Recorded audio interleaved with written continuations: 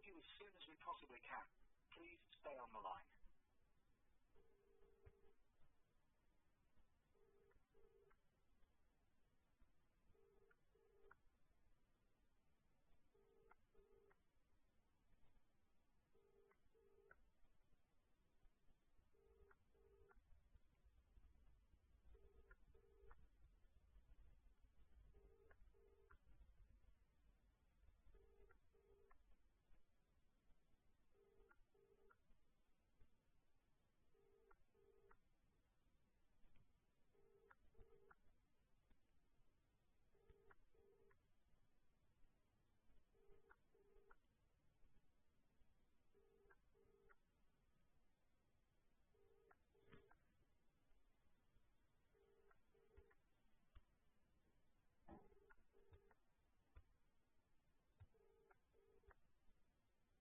We're here to offer you emotional support, whatever you're going through.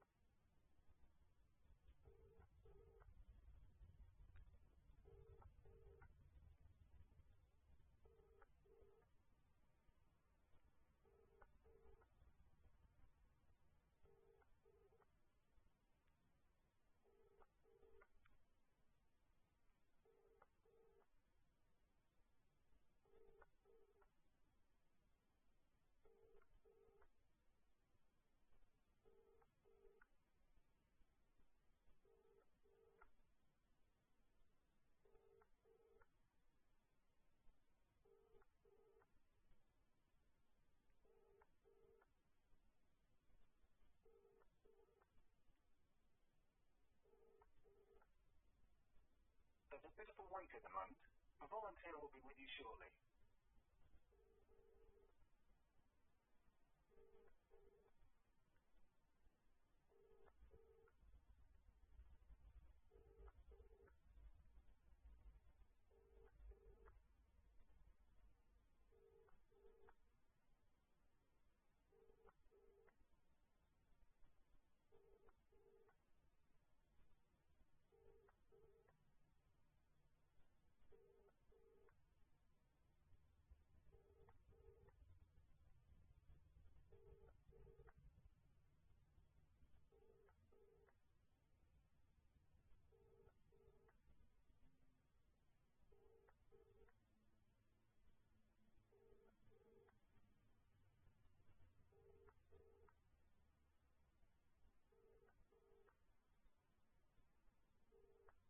We're putting you through to a volunteer now.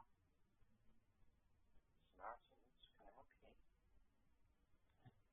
Hello, can you hear me? Yes, I can. Can you hear me okay?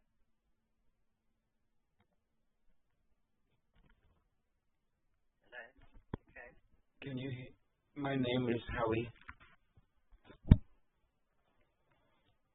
Quite a bad line. I didn't quite catch that. Sorry. Say Harry? Yes, that's me. Yeah. What's going on for you, Harry? When one has a medical condition that converts one into a non-human being, then one is no longer welcome. Okay. What do you mean by no longer welcome? I'm banned by the Citizens Advice Bureau. I'm banned by my MP. My guardian hates me. My family can't stand me. They detest me.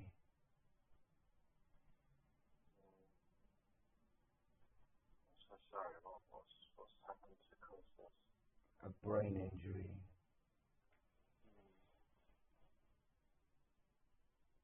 What happened to cause this brain injury?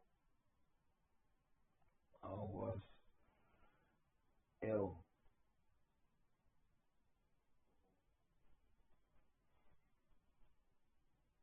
How long have you had this? 35 years. It's a long time.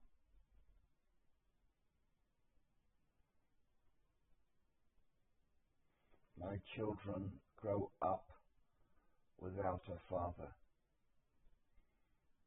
The girls are sexually abused.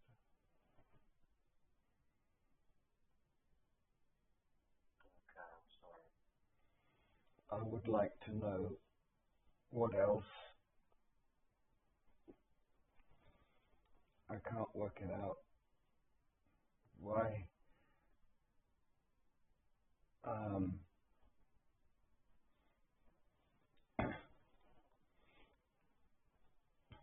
I find it difficult to find the right words. Yeah, that's okay. Before I was born in 1963. The malaria coma was in 1990. It is now 2025. Yeah. When I was younger,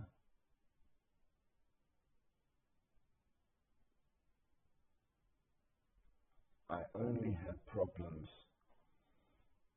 with relationships, organizing, and reading and writing,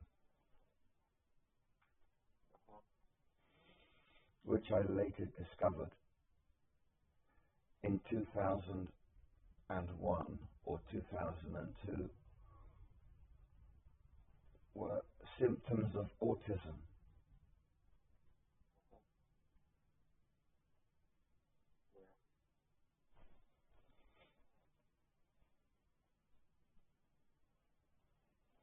So life's been difficult for a while. The problem that I've got is trying to work out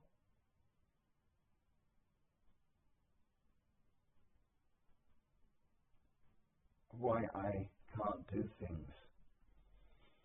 It's not clear to me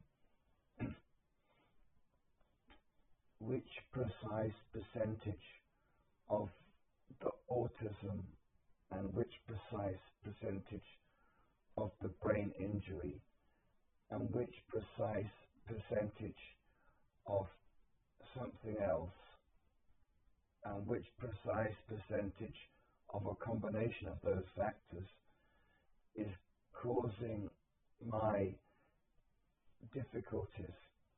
The reason I ask this question is because if you have autism, the medical establishment puts you down pathway A. If you have a brain injury, you're put down pathway B.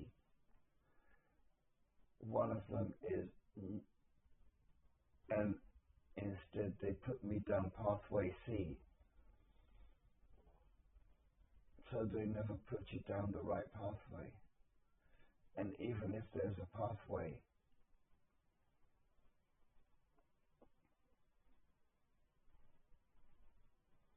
there might be nothing there anyway. There'll be nothing there. Yes, there'll be nothing there. Pathways just might be barren. Yeah, you don't know what's at the end.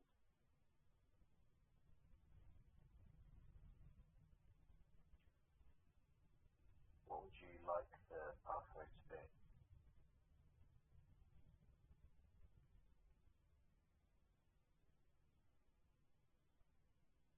Clear. I want to be able to see. I can see nothing. You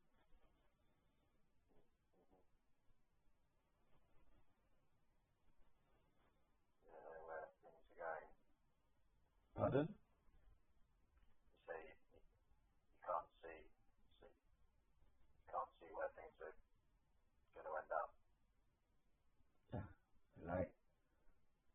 First of all, I don't know which pathway to be selected for. And on top of that, the pathways are unlit. So I don't even know if I don't want to waste my time going down a pathway if there's nothing there. I'll give you an example. The doctor sends you to the council. The council makes somebody sit with you every fortnight for 2 years. They achieve nothing.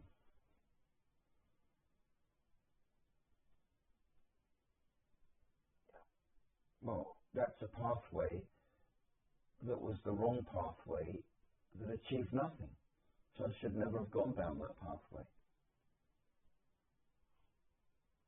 Yeah. 2 years is a long time to be in the wrong direction.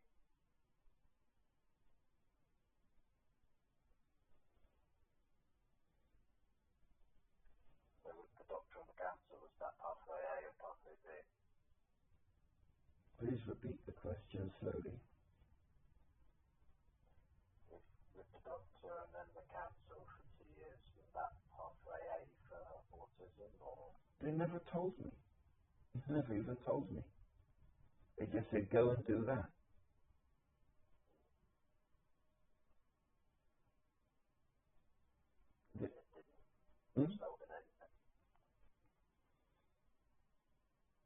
Nobody ever told me what I was doing there.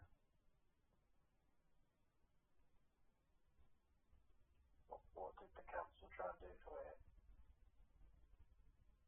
Made me speak to somebody every week or every 2 weeks for many years. Like a therapist? No. Somebody from the council? Yes, but the council contracts organisations. Yeah. But they're not. I think the essential problem is that the doctor, the GP who sent me to the council, didn't send me with correct instructions. Yeah.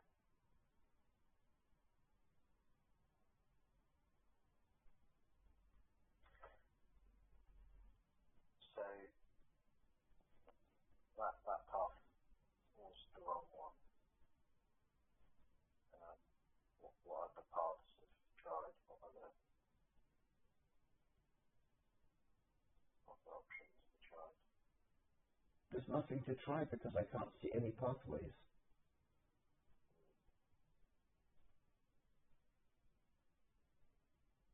You don't want to speak to your doctor again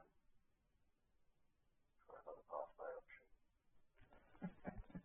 I had a brain injury 35 years ago. Do you know how many times I've spoken to the doctors?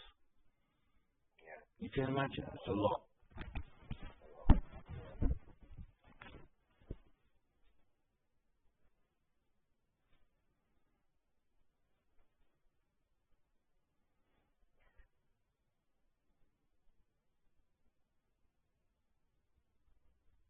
And it's a significant brain injury. That's ridiculous, isn't it? It's a brain injury they can't even see on the scanning machines. Yeah, wasn't traumatic, it was caused by illness. Yeah. It's like encephalitis or carbon monoxide poisoning. Right. So they just call you, only thing that doctors, good people ever say are just derogatory things. They say you're unpleasant, offensive, antisocial,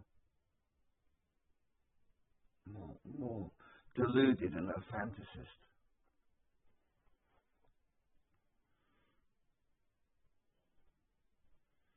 Therefore, I'm entitled to nothing, because those are the words they condemn me by. I feel that we haven't progressed much further than 1930s Germany. At least the people in Germany who are suffering were put out of their misery in a gas chamber, I don't even get euthanasia.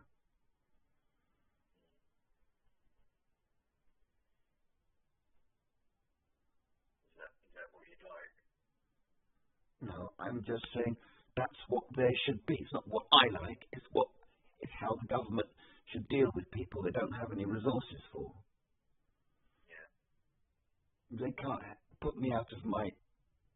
If they've got no resources to stop my suffering, then they should just kill me. It's not what I want. It's what there should be. Yeah.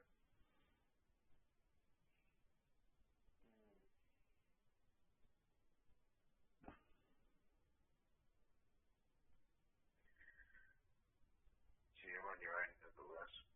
Pardon? Are you on your own with all this? You've got your family and... Well, exactly. I'm completely isolated. My family hate me. Yeah. They're always saying hateful things. We don't want to go anywhere with you. You're an embarrassment. And I put it this way, the more decent my family, the more hateful they are. That sounds a bit strange, doesn't it? Yeah. No, it's like this. We're not individuals, we are groups. Okay? You can't take me anywhere. If you want to get to a decent group of people, then you go with decent people that will promote and support you. You can't take a severely disabled person into good company. Do you understand? Yeah.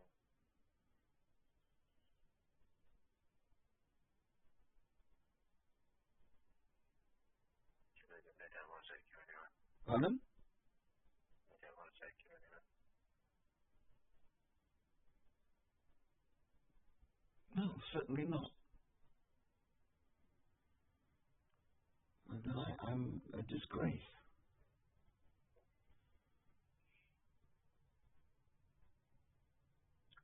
What's it like day to day?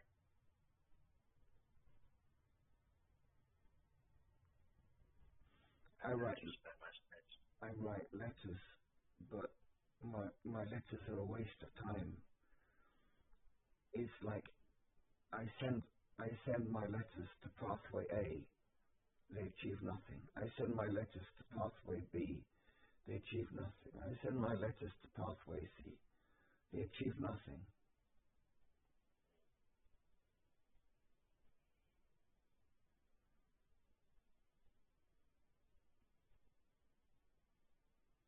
You fill out options.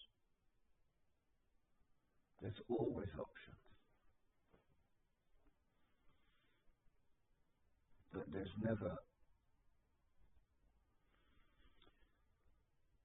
Well, wouldn't it be nice if somebody was to sit there and say, "Yep, your choice, your pathway is pathway B, but there's nothing there, so don't bother going." I mean, I've just said it in one sentence. I'm sitting here for 35 years, and nobody's ever said that to me in 35 years. They can't tell me which pathway. They can't tell me that there's nothing there. That's the problem. They put you on inappropriate schemes for people with mental health problems when I don't have one. Yeah. What's the point? Yeah. They don't know what to do, do they? It's not that. I don't know if they don't know what to do. I think that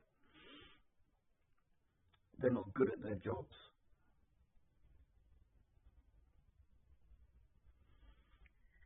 Yeah, you can't be the only person with this type of brain injury.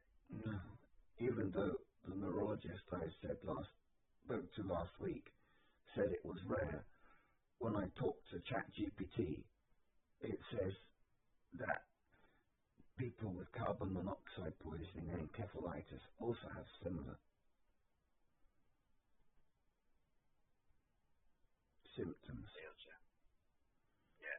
So it's not just malaria coma, that puts people in this state. It's other things.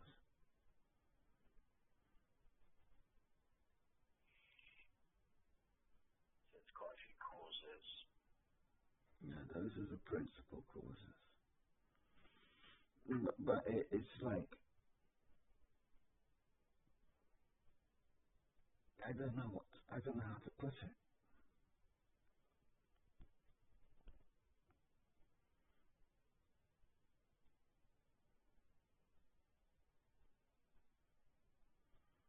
You don't think there's a solution?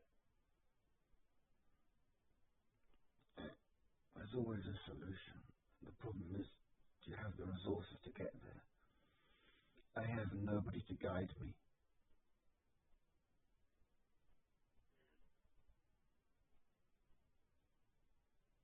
No map. What do you think the solution is? You don't know, but you think there is one. Part of the problem is that nobody knows how long the symptoms are going to last for. They just hope it'll go away. It doesn't. That's part of the problem. Yeah.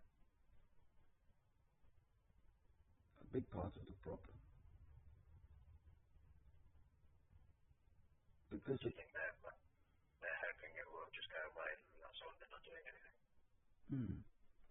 It's true. I asked the neurologist last week, I've had this for 35 years. And then he said, well, that's rare. Well, if he says it's rare, then it indicates that it's rare that it's lasted that long. So clearly for some people it must go away. Yes. Or they stop bothering the doctors and say, doctors don't realize it hasn't gone away. Yes, that's a good point. But the problem is also that you cannot monitor this type of condition, because if you're severely antisocial, you end up homeless, you can't hold down a job, you move from place to place. GPs are restricted by the government. They said, you, Mr. GP. Now, I don't know how they do it. They say, you, Mr. Postcode. This postcode can have these 3 GPs for this postcode. You cannot have any other GP. If that's your postcode, then you can only have those 3 GPs. So what they do is they lock. If you are expected to get care through the council, and you cannot register with one of the local GPs because you're so antisocial, then you have to move on to get another GP in a different area, and in another area, and another area. So there's the problem that they lock postcodes to GPs. That's a fundamental problem with the way the NHS is structured. In fact, all GPs, because you can't expect to have a GP at the other end of the country. I mean, I don't think that's how GPs traditionally work. I don't think it's particularly a British thing. But I say that it is part of a problem that if you've been given, I had cognitive behavioral therapy ended in 2005, and they told me, turn around and walk away from situations that trigger your seizures. So my entire life is moving away from the problems that my neurological injury causes me. So I have my psychological cognitive behavioral therapy counseling caused me to be a homeless migratory nomad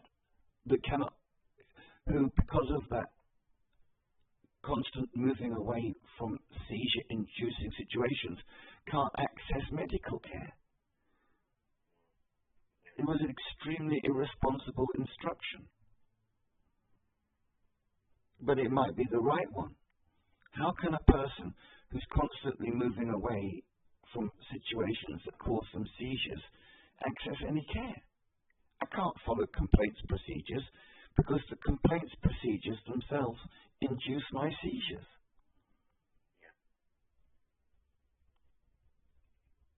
Yeah, I see.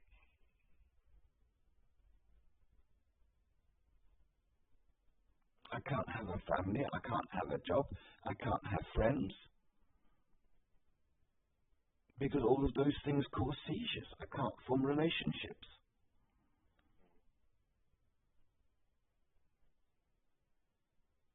Yeah. It is a very hopeless situation. Yeah. I think what some people try and do, they just try and sedate and tranquilize people and turn them into a vegetative state so they don't move.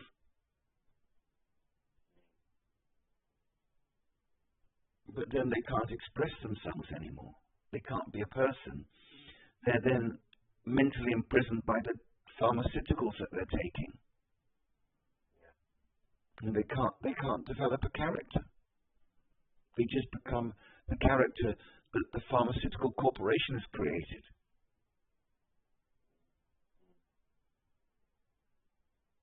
And it's not because they're helping the patient. They're helping the people around the patient so that they don't get offended by the patient. It's like gagging somebody. For me, trying to speak causes my seizures. So if they have to give me a chemical, pharmaceutical, to stop me speaking, then I can't express myself anymore.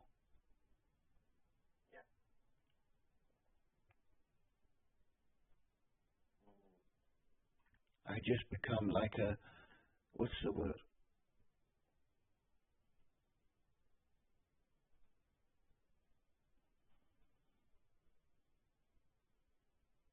A characterless automaton.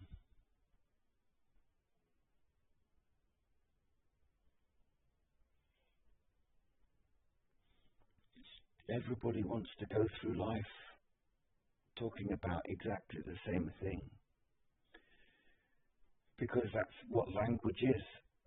Language is just people repeating each other.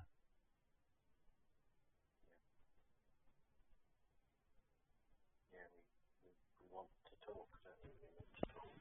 But you have to talk about something that you've got in common with somebody else. And if you have nothing in common with other people because of your brain injury, you're just thrown out. Nobody wants to talk to you. The only people that you can talk to are the person you buy groceries from, or the people that you beg food from in the street.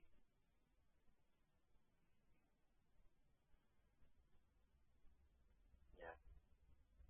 Or the bus driver, or the policeman, or the doctor, or the person on the bench next to you, maybe. Yeah. My guardian abandoned me. What did they sent me a message. They won't go anywhere with me.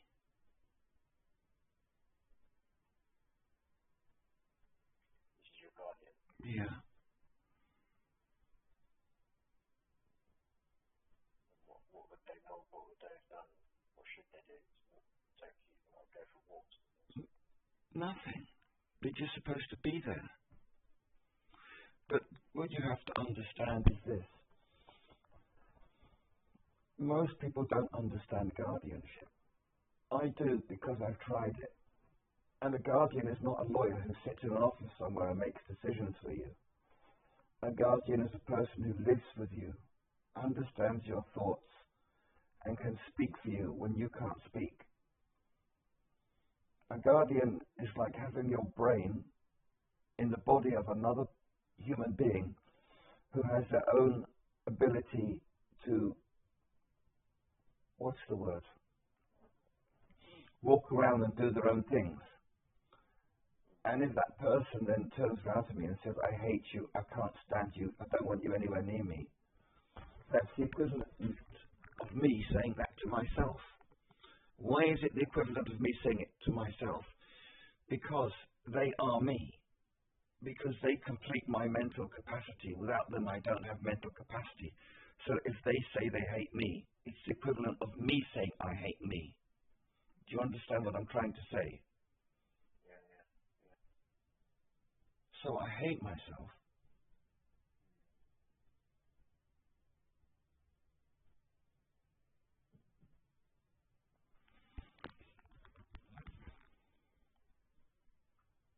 Yeah. Impossible situation, isn't it? Brain injury is I can't even find words to describe it. The level of abuse put at me by people in authority is an absolute, what's the word? Apart from demoralizing. Disgrace. Well, it's understandable because nobody has to like something that's antisocial. But it's demoralizing. It makes me want to kill myself. It makes me feel like a subhuman. It makes me believe that I'm a subhuman. They treat me like a subhuman. If I become catatonic and the police say to me, you haven't even got the decency to speak to me, what does that say? If I'm in a medically catatonic state and can't move, and that's how they criticize me. They don't ask why I can't speak. They don't call an ambulance to investigate why I can't speak. That's what they say to me. That is the level of training of the police officers.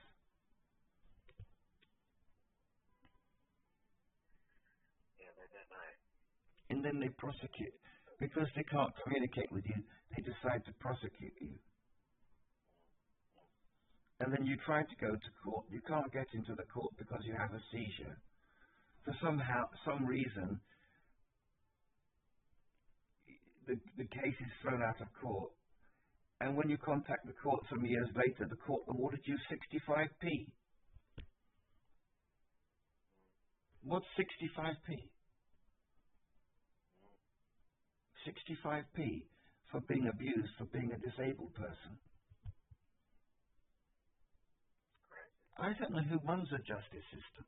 I don't think they really understand what it's like for disabled people. If I was a judge, if I was in charge of judges, I would do like what they do in Oxford. I would make the judges a little bit more humble and tell them that for one night, every night of their lives, as long as they remain judges, they have to dress as a tramp and go and sleep in a homeless person's shelter. Because in Oxford, there were some riots, and I don't know what happened. Some students were in a pub and smashed up the pub or something, and then the locals broke into one of the colleges and murdered some of the students. And ever since then, every year there's a procession in Oxford when the senior university professors have to walk through the town barefoot. And because of something that happened hundreds and hundreds of years ago.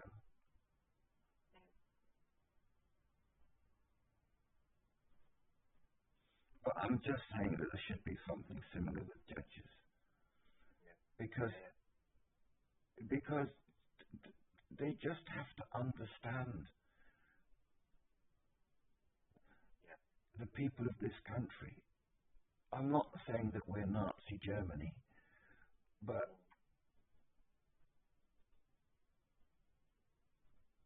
in the past they just used to deport people. They would transport them to the colonies.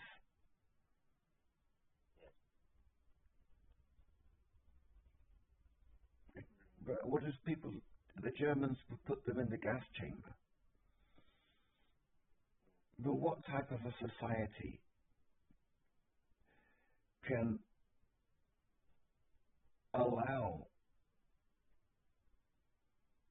brain-injured people to exist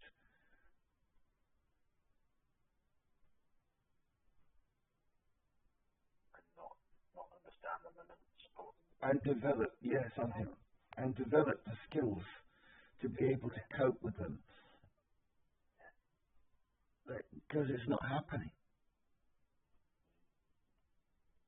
I was writing a letter with ChatGPT yesterday about the home children. Have you heard of the home children? No. Apparently it started around 1860. During colonialist times, they used to send waifs and street children to work as slaves on the farms in the colonies. And I identified 4 organizations that were responsible for it. And I'm writing to them to sue them, to say that because and this was going on up until 1980, and it still even happens today, that British children are deported if they haven't got parents who can look after them. As it happened to me in 2011. And I wrote to those organizations and saying, your behavior of deporting hundreds of thousands of children has deprived Britain of developing the skills to be able to look after these types of families. And I said they should atone for their sins, because this is what's happened to me. There's no resources to help me look after my children in my own country. Because traditionally, Britain as a society has deported such children. How would our society be different if we hadn't done that, if we hadn't developed that as our tradition? That's what I was writing. I was writing my letter. I got distracted by something else. But I guess those organizations don't care. There was the Prince's Trust, the Quakers, Barnardos, and one other. The main organizations that used to do that. But I feel that they owe me in the same way the descendants of slaves feel that they are owed by the descendants of their former slave masters.